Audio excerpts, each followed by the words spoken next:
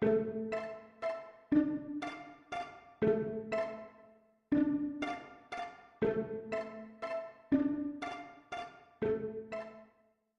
profession est apparue parce que les premiers équipements médicaux industriels sont arrivés sur le marché et ont été intégrés dans la prise en charge des patients et utilisés par le corps médical. Progressivement, ces équipements ont augmenté, puisqu'aujourd'hui on est arrivé sur une médecine qui est plus scientifique, qui va s'appuyer sur des données biologiques, des données d'imagerie, des données d'exploration.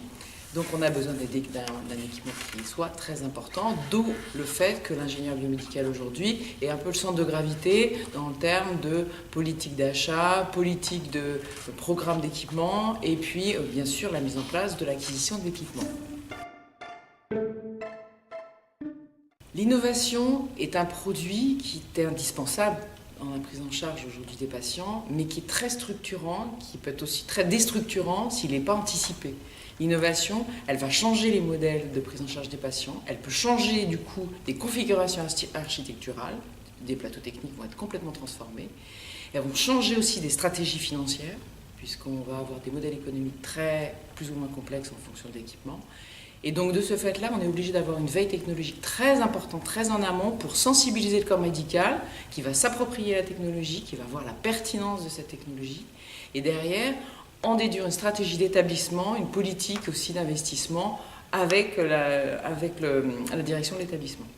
À l'initiative de l'AFIB, de l'Association des ingénieurs bio, on a sensibilisé la conférence des DG de CHU pour la création d'une commission plateau technique et innovation, de façon à permettre aux décideurs que sont les directeurs d'hôpitaux d'intégrer plus en amont possible dans leur politique d'établissement l'intégration de l'innovation et tout ce que ça engendre, à savoir des modifications qui sont fortes.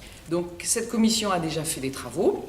Notamment, on peut en citer plusieurs, celui du scanner dédié qui a été très politiquement structurant ou déstructurant dans certaines régions, avec des volontés ARS plus ou moins fortes. On a travaillé notamment aussi sur les salles hybrides. Les salles hybrides, ce sont des modèles avec des techniques qui sont connues, mais qui aujourd'hui sont à la disposition d'un public qui avant n'utilisait pas ce type de produit.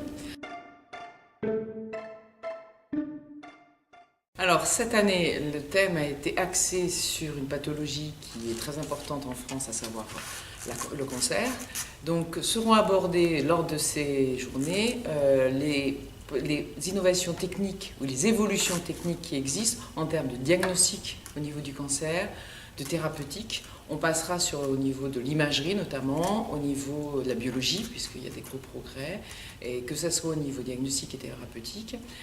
On passera aussi sur des innovations en termes de prise en charge sur le soin à domicile, puisqu'on va avoir des équipements qui vont surveiller les patients à domicile, et on sait qu'un patient récupère nettement mieux quand il est à domicile.